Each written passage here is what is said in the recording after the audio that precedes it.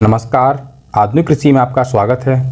आज हम बात करेंगे कद्दू वर्गीय फसलों में होने वाले प्रमुख रोग एवं कीट प्रबंधन के बारे में।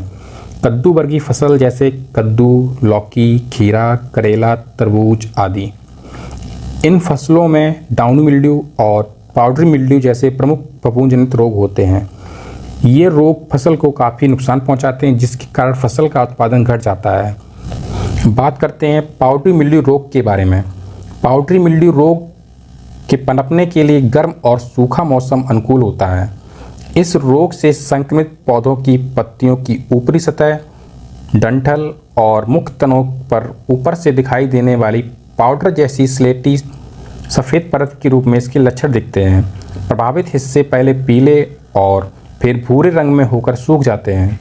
सूखे मौसम में पाउडर मिल्ड्यू के कारण पत्तियां समय से पहले झड़ सकती हैं और फल समय से पहले पक सकते हैं। बीमारी की शुरुआत अक्सर सर्दियों में बची कद्दू वर्गीय फसल के अवशेषों या खरपतवारों पर पनप रहे जीवाणुओं से होती है, लेकिन बीमारी फैलने का मुख्य कारण दक्षिणी फसलों से हवाओं के साथ उड़कर आने वाले जीवाणुओं के द्वारा होता है। इस रोग के नियंत्रण के लिए रोगग्रस्त फसल के अवशेषों को खेत से निकालकर नष्ट कर देना चाहिए और इसके रासायनिक नियंत्रण के लिए कैराथीन 1 लीटर या फिर घुलनशील गंधक को 3 किलोग्राम प्रति हेक्टेयर की दर से लगभग 1000 लीटर पानी में घोल बनाकर छिड़काव करना लाभकारी होता है।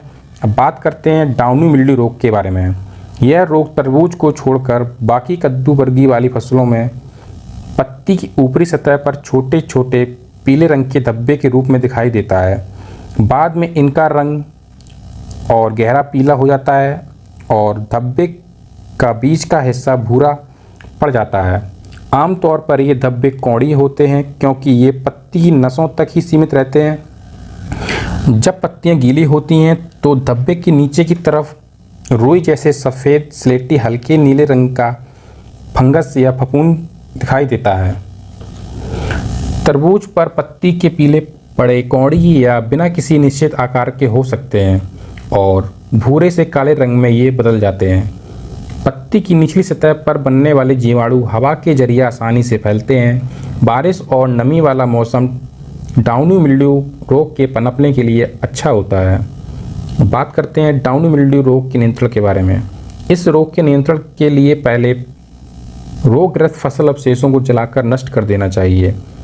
डाउनी मिल्ड्यू रोग के रासायनिक नियंत्रण के लिए मैनकोजेब 2.5 किलोग्राम प्रति लीटर की दर से घोलकर छिड़काव करना चाहिए।